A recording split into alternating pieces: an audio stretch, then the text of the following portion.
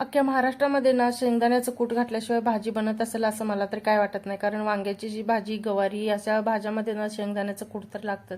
ते काय ते तुम्हाला पुढे सांगते. त्याच्या अगोदर ना सकाळी सकाळी मटका धुवायला काढलेलं, कारण 2-3 दिवस झालं तनिष एक ना फ्रीजमधलं पाणी पित होतं. म्हणून म्हणलं आता पेपर चालू त्याला बाधायला नको म्हणून सकाळी पहिला मटका धुवून ना त्याच्यामध्ये पाणी भरून ठेवलं. त्याच्यानंतर ना मग आज शनिवार होता, तनिषच्या पप्पांचा उपवास असतो, तर आम्हाला मेथीची भाजी चपाती करली. म्हटलं थोडंसं फ्लावर फ्राय करायचं नंतर शाबू केल्यानंतर.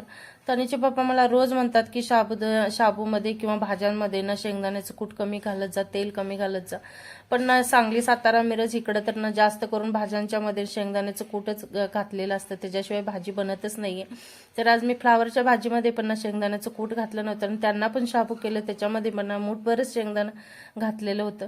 पण ते काहीच बोलले नाहीत की शाबू असं झालं आणि तसं झालं. त्याने आरामशीर खाऊन घेतलं. त्याच्यानंतर मग मसाल्याचा डबा वगैरे धुतलेला होता, त्याच्यामध्ये मसाले वगैरे भरून ठेवले. सगळं काम आवरल्यानंतर ना आम्ही संध्याकाळी 4-4:30 वाजता मार्केटमध्ये जायचं होतं, म्हणजे पार्कमध्ये.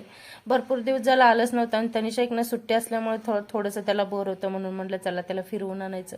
हे भरपूर मोठं असं पार्क आहे, आमच्यापासून थोडंसं लांब आहे, पण एक नाही म्हटलं चला आता टाइम आहे तर आपण जाऊन थोडंसं तनिषला टाइमपास करून आणूया. तर खूप मोठं पार्क आहे, याच्यामध्ये वॉकिंग वगैरे करायला पण आणि पोरांना पण मस्त असं एन्जॉयमेंट होतं. तनिषनं खूप वेळ खेळला, मस्त असं एन्जॉयमेंट केला. आणि त्याच्यानंतर ना घरी यायच्या टायमाला एक नाही इथं जिम पण होते, त्याच्यामध्ये थोडंसं टाइमपास तनिषच्या पप्पाने आणि तनिषनं पण केला, कारण माझं पायामुळे ना मला काही असलं जिम वगैरे करायला येत नाही.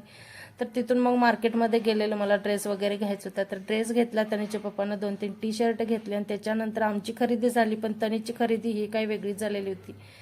तर त्यांना एक नाही जबरदस्तीनं असं काहीतरी खेळणं घेतलेलं होतं. तर कसा वाटला मिनी ब्लॉग, आवडला असेल तर लाईक, शेअर, सबस्क्राईब करा.